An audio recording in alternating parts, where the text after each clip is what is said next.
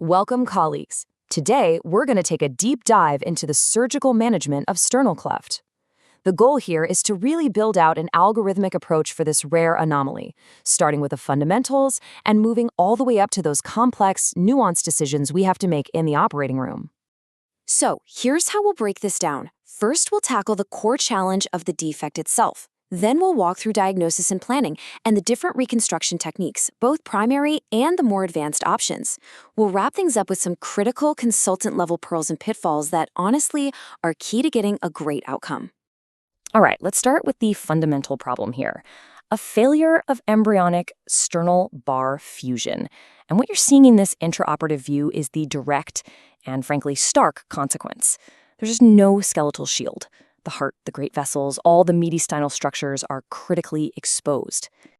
You know, with any complex congenital reconstruction like this, a successful outcome really boils down to two things: absolutely meticulous preoperative assessment and a well-defined but also flexible operative strategy. Now, what's so valuable about this slide is how clearly an MRI defines the anatomy of the defect. You can see the widely separated lateral sternal bars right there where the arrows are pointing. This is the precise anatomical map we need to really plan our reconstructive approach. It's our gold standard for a reason. But of course, imaging is only part of the story. A full systemic workup is absolutely mandatory. We're talking detailed echo, checking for other midline defects, and you have to maintain a high index of suspicion for syndromic associations, like PACHS.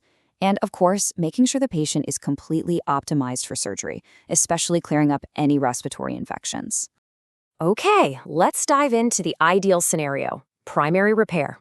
This is best done within the first few months of life, a period we often call the golden window.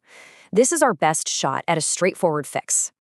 So, what's so special about this golden window? Well, it's all about maximal chest wall compliance. In these first few months, the costal cartilages are so pliable, you can get a tension-free approximation of the sternal bars. And crucially, you can do it without compromising cardiac or pulmonary function.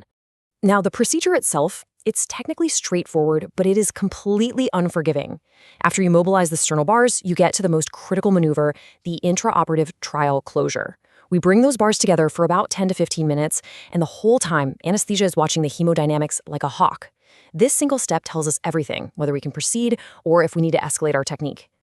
And these numbers right here, these are the hard physiological limits we have to respect.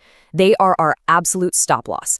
If the heart simply can't accommodate the new, smaller thoracic dimensions, pushing forward with a primary closure is just asking for cardiac compression and low output syndrome. You breach these values, you pivot. Period. So what happens when a patient shows up outside that neonatal window, or when that trial closure just fails? Well, now the chest wall is too rigid for a simple approximation. This is where we need to pull out the more advanced autologous techniques from our toolbox.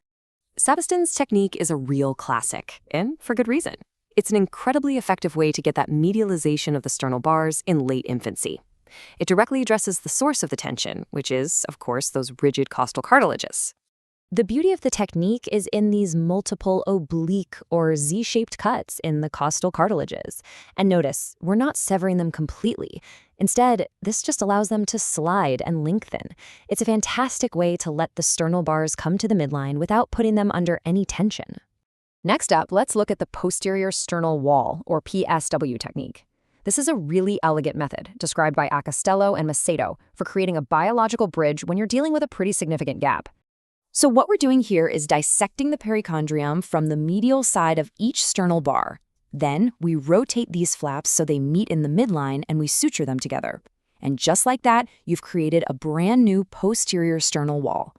This periosteal bed can then be reinforced with little wedges of costal cartilage, creating this awesome osteogenic scaffold that promotes really robust, long-term stability and growth.